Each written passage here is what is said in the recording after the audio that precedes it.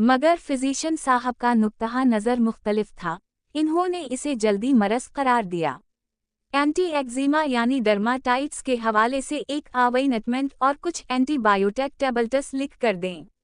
लाचारगी में मैंने दोनों के मशवरों पर अमल किया। मैं सुबह सुबह आईने के सामने जा खड़ा होता और खुद से कहता, मेरे अंदर कोई बैटरी नहीं, मेरे जिस्म पर कोई साक्टस नहीं है। इस प्रैक्टिस के साथ साथ मैं फजीश की बताई हुई ट्यूब लगाता और दवाई लेता। शायद मुझे इन उलझनों से इतनी जल्दी फर्क ना पड़ता अगर रिदा ने मुझे हंसते हुए एक खबर पढ़ने को ना दी होती। वो मुझे अपना मोबाइल पकड़ा कर खुद चाय बनाने चली गई। वो खबर एक वीडियो पर मबनी थी। पहला हिस्सा सीसीटीवी से मुस्तैयार लिया गया था और उसे दूसरी वीडियो से मुत्तसिल किया गया था। दोपहर को खामोशी में उस औबाश नौजवान ने लड़की को जिस्मानी तौर पर छेड़ा था। वो लड़की सहम कर एक कोने में चूप सी गई और औबाश नौजवान ने खामोश गली से फ़ायदा उठाकर उससे मज़ीद दसत दराजी शुरू कर दी।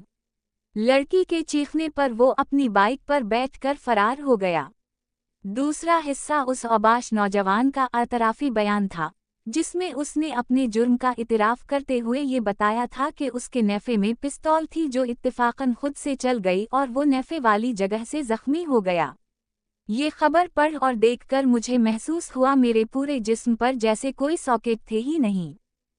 जब रिदा चाय की ट्रे थामे अंदर आई तो मैंने अचट्टे अंदाज से खुद कलामी सीखी। भला नेफ़े में पिस्तौल कैसे चल सकती है? रिदा ने संजीदगी से कहा, चल सकती है, खासकर जब नेफ़े में मौजूद पिस्तौल का ट्रिगर दब जाए। मैंने उलझकर कहा कि नेफ़े में पिस्तौल का ट्रिगर कौन दबाएगा और हर मर्तबा मर्दों ही के नेफ़े में पिस्तौल का ट्रिगर क्यों दब जाता ये? उसने चाय में मामूली सी चीनी मिक्स करते हुए कहा, क्योंकि औरतों के नेफ़े में ट्रिगर दबाने वाला चार्जर नहीं होता।